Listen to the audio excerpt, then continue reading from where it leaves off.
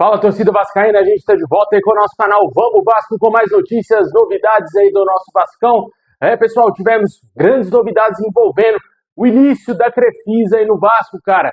Finalmente o banco entrou dentro do clube, você vai entender essa situação, o primeiro passo está dado. Vamos falar também aqui de jogadores que vão deixar o Vasco, jogadores que deverão ser negociados pelo clube, tivemos atualizações quanto a esse assunto. Vamos falar também da situação do Vasco no Brasileirão e muito mais agora para vocês. Mas antes de começar, deixa aquele like, se inscreve aí no canal se você não está inscrito, ativa o sininho das notificações para você receber os vídeos postados aqui do nosso canal. A gente até colocou um vídeo hoje mais cedo falando aí de jogador da seleção revelando o desejo de jogar no Vasco. Esse jogador não é o Andrei Santos, é outro jogador. Se você não assistiu, confere aí no canal. Também a gente falou muito da situação do Vasco no Brasileiro, próximos jogos. Cara, muita coisa aí pra gente falar no vídeo hoje, pra você não perder nada. Essa semana é uma semana bem agitada, né? De volta aí o Campeonato Brasileiro. Agora não para mais, meu amigo. Agora até o fim, lá de dezembro, se Deus quiser, com o Vasco chegando até a final da Copa do Brasil.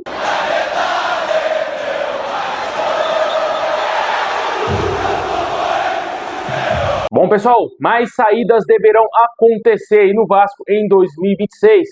Além de nomes já praticamente cravados que irão deixar o Vasco, como Paulinho, também o Maurício Lemos, Jean Davi e entre outros nomes, tivemos atualizações que a Barca deverá conter até 10 nomes e são eles: lateral esquerdo, Riquelme. O Vasco vai tentar rescindir o contrato do jogador amigavelmente para ele deixar o clube. O jogador que teve muitas lesões, teve uma lesão gravíssima quando estava jogando no Vasco em 2021 na Série B. Desde então não conseguiu jogar mais nada com a camisa do Vasco, né? Foi emprestado ao Sport, voltou ao clube, onde não conseguiu sequer ser relacionado para nenhum jogo do Brasileiro.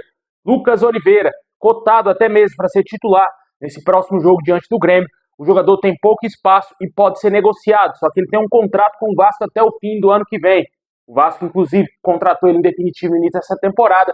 Não deu um ano só de contrato, deu 2 de contrato aí para o Lucas Oliveira e ele continua vinculado ao clube após o término desse Campeonato Brasileiro. Como eu disse, o contrato dele vai até dezembro de 2026 e o Vasco vai tentar um empréstimo desse atleta.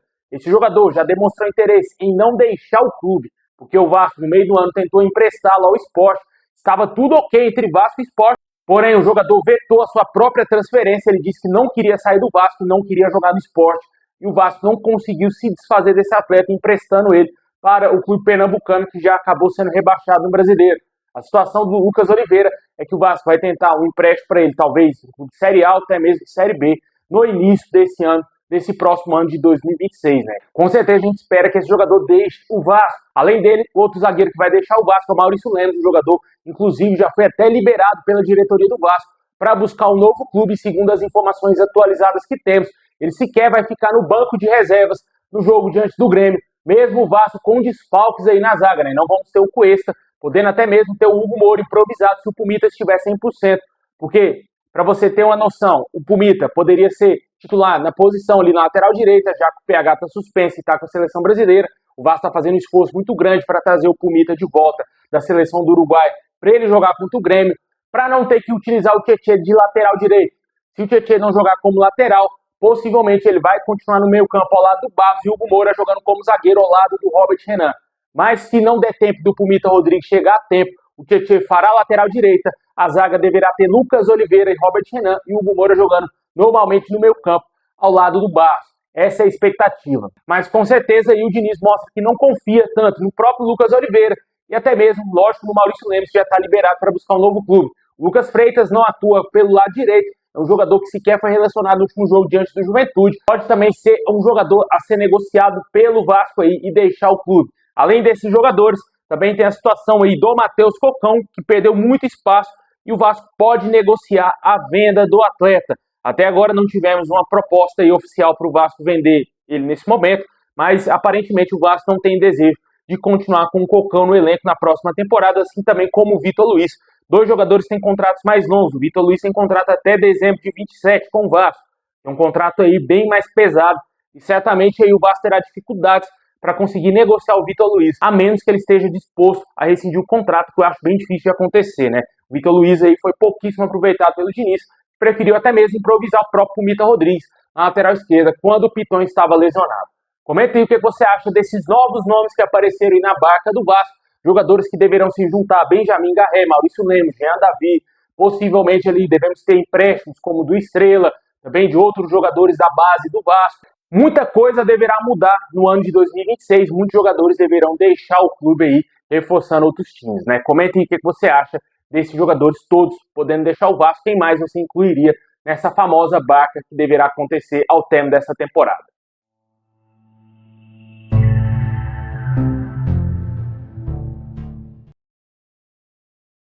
Bom, pessoal, o Vasco ontem acabou perdendo uma posição aí no Campeonato Brasileiro, né? Está hoje na 11ª colocação e no vídeo mais cedo a gente até trouxe aqui como que está a vida do Vasco no Campeonato Brasileiro. Se você não assistiu, acompanhe aí para você entender o que está acontecendo com o Vasco no Brasileirão. O Vasco acabou, infelizmente, perdendo uma posição aí no Campeonato Brasileiro após a vitória ontem do Red Bull Bragantino diante do Atlético Mineiro. Hoje o Vasco está na 11ª colocação com 42 pontos e vê o G7 praticamente inviável, né, cara? Hoje o Vasco está mais perto da zona do rebaixamento do que tentar ir para a pré-Libertadores. Essa é a dura realidade do Vasco após perder 3 jogos seguidos, né? Como a gente falou aqui várias vezes no canal, né? Time que quer lutar por coisa grande no campeonato não fica 3 jogos seguidos sem vencer, sem pontuar sequer, né? E o Vasco fez isso e por isso foi parar lá na parte de baixo da tabela. E para você ter ideia, os 2 próximos jogos do Vasco, Grêmio e Bahia fora de casa. Se o Vasco perde os 2 jogos e o Santos vence, por exemplo, os 2 jogos dessas rodadas, o Santos já vai igualar o número de pontos do Vasco. Para você ter ideia, o Santos até outro dia estava na zona. E se o Vasco fizer 2 jogos horrorosos contra Grêmio e Bahia e não conseguir sequer pontuar, o Santos, o time que está lutando para não cair de divisão, pode se igualar ao Vasco e o Campeonato Brasileiro pode se tornar perigoso ainda para o Vasco. Não estamos livres de nenhum rebaixamento ainda, cara. Não chegamos a 45 pontos. Precisa somar 3 pontos de qualquer forma nesses últimos jogos que restam. A gente vai falar já já desses últimos jogos. Só que hoje o prognóstico para o Vasco é bem preocupante pelo desempenho, pelo fraco desempenho que a gente vem apresentando até a pausa para essa data FIFA. Agora, para esse jogo diante do Grêmio na quarta-feira, a gente espera que a postura seja outra. Os jogadores estejam mais focados, que não estejam naquele oba-oba de que o ano acabou. Não é assim, meu amigo. O Vasco ainda tem resto do Campeonato Brasileiro, precisa ainda terminar o campeonato de maneira digna. Com certeza, não vai conseguir a pré-Libertadores aí via G7. G7 é impossível. Talvez um G8 ou até mesmo um G9. Pode ser interessante que aconteça aí e o Vasco consiga essa vaga, mas hoje já estamos um pouco mais distantes. Outros adversários já ultrapassaram o Vasco e vem crescendo aí no campeonato, enquanto o Vasco declinou bastante. E, claro, tem a Copa do Brasil, que é o grande objetivo da diretoria e de todos nós vascaínos. Os jogadores relaxaram no momento que não tinha que relaxar, entregaram a paçoca aí totalmente, tanto aí para São Paulo, Botafogo e também, principalmente, Juventude, que para mim foi uma das maiores vergonhas desse ano de 2025, aí o Vasco perder da maneira que perdeu para o Juventude. Com certeza aí, a gente espera que a postura mude, que esses jogadores honrem a Cruz de Malta nesses jogos que restam, porque depois desse jogo contra o Grêmio, fora de casa, vamos enfrentar o Bahia, depois tem Internacional em São Januário, que é um jogo que eu entendo que é acessível para o Vasco. Ainda vamos ter Mirassol jogando também em São Januário e Atlético Mineiro fora de casa, o Vasco fechando o Campeonato Brasileiro, jogando contra até então um adversário direto à busca por uma pré-Libertadores, e se o Vasco ainda estiver no páreo, né? E se perder todos esses jogos, o Vasco claramente vai jogar a última rodada buscando 3 pontos para não cair de divisão. E o Atlético Mineiro, se perder a Sul-Americana, vai dar a vida no Brasileiro para ir para a pré-Libertadores, né? Com certeza um cenário pode ser muito perigoso para o Vasco se o Vasco não começar a fazer pontos aí, principalmente em casa, né? Se não ganhar do Inter e empatar no mínimo com o Mirassol, o Vasco vai lutar para não cair, porque hoje, pelo desempenho que eu vi do Vasco antes da pausa da data FIFA, não consigo avaliar que o Vasco é capaz de ganhar do Grêmio, do Bahia e Atlético Mineiro fora de casa. Honestamente, cara, não vou aqui trazer mentiras pro torcedor falar que eu acredito que o Vasco é capaz de ganhar de todos esses times, até porque não é favorito mais, porque o futebol ficou esquecido, né? O Vasco parou no jogo contra o Red Bull Bragantino, acabou o Vasco. Depois dali o Vasco não jogou mais nada, perdeu muitos pontos aí, não conseguiu dar a volta por cima do Brasileirão e vamos ver o que vai acontecer agora. O torcedor tem uma grande expectativa. Essa é uma semana muito decisiva para o Vasco, porque um bom resultado diante do Grêmio vai talvez aumentar, vai melhorar o astral da rapaziada, né? Os jogadores vão querer dar a vida no jogo contra o Bahia, porque vão ver que tem chances ainda de ir para a pré-Libertadores no Brasileirão e vão tentar de tudo para pelo menos pontuar nesse jogo, né? Porque se ganha do Grêmio e empata com o Bahia, tá ótimo. Eu entendo como um excelente resultado, excelentes resultados e é bom para o Vasco, né? E a situação é a seguinte, cara. Após esses resultados aí péssimos, o Fernando Diniz entrou em contato com a diretoria do Vasco para pedir desculpas, porque ele admitiu o erro nos jogos que o Vasco perdeu tanto para São Paulo, Botafogo e também Juventude principalmente, né? Para mim, o maior erro de todos foi no jogo contra o São Paulo, né? Onde ele colocou todo mundo ali no ataque. Coutinho era zagueiro, era volante, Matheus França era volante, fez uma bagunça danada no time do Vasco, o Vasco entregou o jogo para São Paulo. Contra o Botafogo, o time já entrou ressaqueado, totalmente desacreditado, uma bagunça total no jogo contra o Botafogo, entregue em campo já, né? Isso é verdade, o Vasco já entrou entregue. Nos primeiros minutos você já via que o Vasco não ia ter condições de sequer competir contra o Botafogo, e contra o Juventude foi uma vergonha, um vexame total, porque abrimos o placar jogando em São Januário, mas do outro lado tinha um time profissional querendo vencer os jogos, e do outro lado tinha um time que estava mostrando um péssimo futebol, um time quase amador em campo e com pouca vontade de vencer aquele jogo, e acabou tomando a virada. E o Diniz assumiu a culpa por esses resultados e pediu desculpas à diretoria do Vasco. E a gente espera que essa postura mude. Realmente, aconteceu uma dura cobrança do Pedrinho aos jogadores do Vasco após o jogo contra o Juventude. Essas foram as informações que a gente teve. Logo após o término do jogo, que o Pedrinho sequer esperou a partida se encerrar para descer para os vestiários para cobrar os jogadores do Vasco. Porque antes do jogo contra o São Paulo, o discurso era que o Vasco, em 2 rodadas a 3 rodadas, estaria na pré-Libertadores, né? Esse era o discurso da diretoria do Vasco. E hoje o Vasco está mais perto da zona do rebaixamento do que ir para a Libertadores, né? Com certeza, muita coisa tem que mudar. A gente espera que a postura, principalmente, mude no jogo contra o Grêmio. Comenta aí o que você acha desse momento atual do Vasco. Você acha que o Vasco é capaz de reverter essa situação e ainda ir para a pré-Libertadores via brasileiro? Para falar sobre o jogo contra o Grêmio, tivemos a novidade que o Vasco vai tentar fazer aí uma logística interessante para que o Pumita esteja nesse jogo. Segundo o RTI Sport, o Pumita, que está servindo a seleção do Uruguai lá nos amistosos diante de México, se eu não me engano, acho que é Estados Unidos também, outro amistoso do Uruguai. O jogador está na América do Norte, está mais perto do que o PH, que está na Europa, mas o PH está suspenso. De toda forma, já não ia entrar em campo contra o Grêmio. Mas a situação do Pumita, que o Vasco tente fazer com que ele volte a tempo da partida contra o Grêmio para ele ser titular, para que o Vasco não tenha que improvisar um jogador ali na lateral, né? Possivelmente esse jogador seria o Tietê improvisado, que já vinha jogando mal na dele, imagine de lateral direito, né? Com certeza vale todo o esforço do Vasco para trazer o Pumita de volta aí, para que ele entre em campo nesse jogo diante do Grêmio. Fato é de que não vamos ter Cuesta, o Paulo Henrique já estava suspenso, pelo jeito já não ia jogar, e também não vamos ter o Andrés Gomes. Se o Pumita chegar, vai ser titular nesse jogo, acredito que ele vai ter condições de entrar em campo aí, vamos ver, né? Tomara, né? Caso o Pumita jogue, pode ser que o Vasco entre em campo com o Léo Jardim, Pumita ou o Tietê na lateral.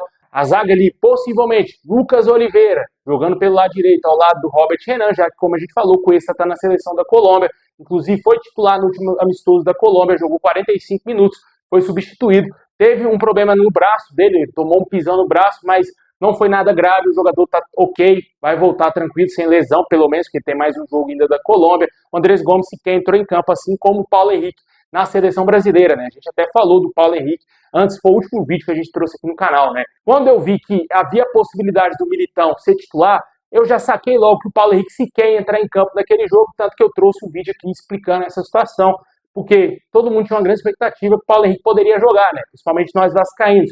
Só que o Ancelotti preferiu improvisar o Militão, por entender que o jogador é melhor na posição jogando de lateral direito do que os próprios laterais, né? Tanto o Wesley e o próprio PH.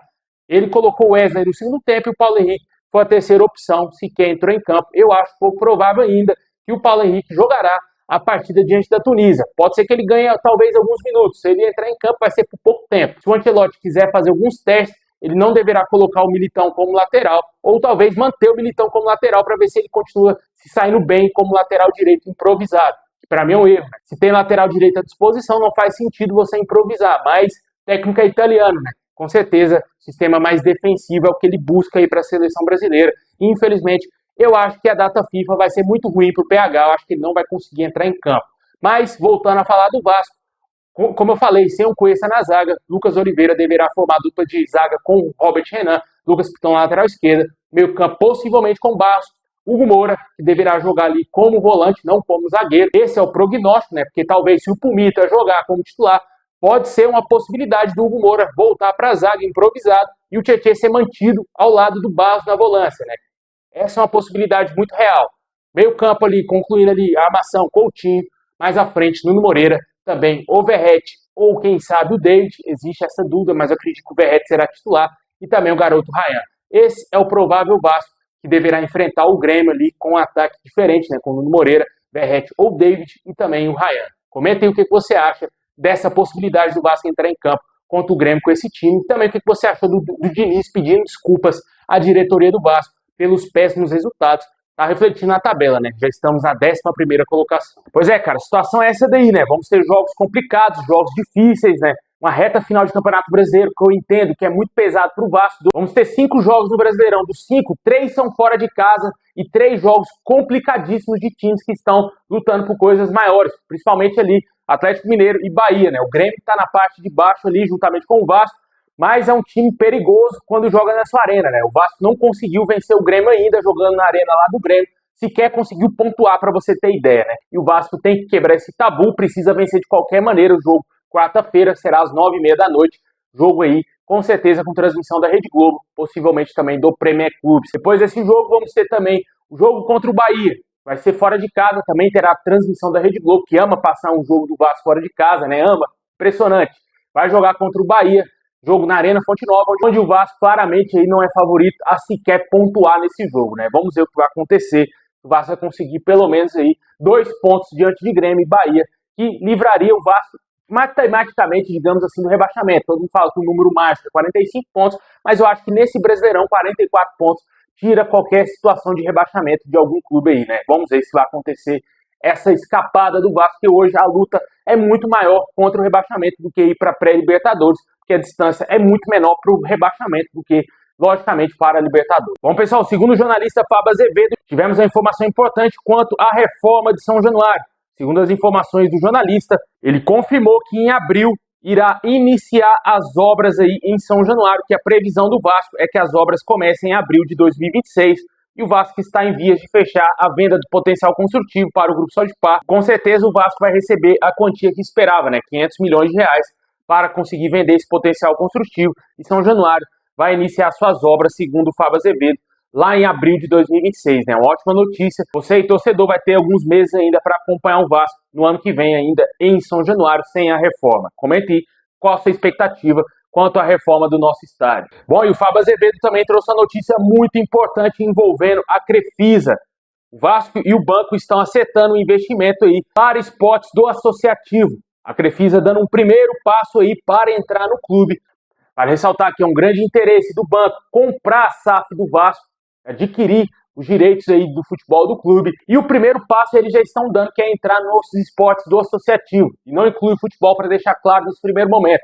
A Crefisa irá investir em cerca de 10 milhões de reais, dando o primeiro passo aí, o primeiro importante passo para entrar no clube. Os valores são divididos em 3 modalidades e também dentro do clube. A Crefisa vai investir cerca de 5 milhões de reais no Vasco, sendo 3 milhões de reais para o Remo e também 2 milhões de reais para o futsal e basquete. A expectativa, lógico, do torcedor é que após esse fechamento desse negócio, é que a Crefisa possa finalizar uma proposta oficial para comprar SAF do Vasco e, com certeza, gerir o nosso futebol, que é o carro-chefe aí do Vasco, onde a gente espera que o Vasco volte a ter glórias, onde o Vasco volte a ganhar títulos, ter times competitivos e, claro, a gente torce bastante para que tudo isso aconteça com a venda para o banco. Vale ressaltar que anteriormente a Crefisa também já tinha dado um importante passo, né, que foi aquele empréstimo de 80 milhões de reais ao clube, tendo garantias importantes e também garantias de 10% da SAF.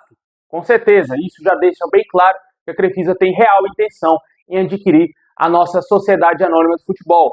Foi noticiado primeiramente pelo jornalista Flávio Dias do canal Atenção Vascaínos que a Crefisa tinha interesse em comprar a nossa SAF e que seria um valor acessível, não seria um valor tão difícil assim para que a Crefisa comprasse junto ao próprio Vasco e também a CAP, que é quem está gerindo os negócios da antiga 767 Partners. A gente espera o desenrolar dessa situação, o torcedor segue muito esperançoso para que a SAF seja vendida, para que aconteça novamente um investidor, e a Crefisa a gente sabe muito bem que tem condições plenas de gerir um grande clube aqui no Brasil. Olha o que eles fizeram com o Palmeiras, né? Sempre aí lutando por coisas grandes. O torcedor espera o mesmo no Vasco. A Leila Pereira está com o mandato ainda lá no Palmeiras, a gente não sabe como vai ficar essa situação, mas não é somente ela a dona da Crefisa, tem o José Roberto Lamáquia. Ele é um dos donos também da Crefisa e claramente não vai existir, na minha opinião, conflito de interesse, já que hoje a Crefisa não gere o Palmeiras, não patrocina o Palmeiras. Em tese, pode parecer que exista um conflito de interesse devido a essa situação aí da Leila ser a presidente do Palmeiras e querer, ao mesmo tempo, a sua empresa patrocinar outro clube aqui no Brasil.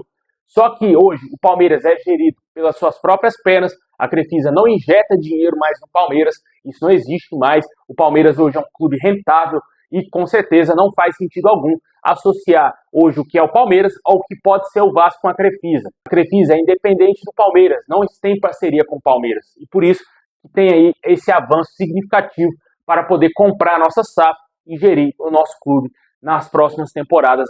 Assim a gente espera, né? Tomara que não vire uma novela gigantesca, assim como foi aquele grego que não comprou a SAF do Vasco, deu entrevista falando que tinha interesse em comprar a SAF e sumiu, né? Não demonstrou interesse algum em comprar o nosso clube e agora surge a Crefisa mais uma vez interessado e dessa vez com chances reais e já está entrando no clube, né? O que é mais importante. Comente aí o que você acha desse acordo que o Vasco fez com a Crefisa.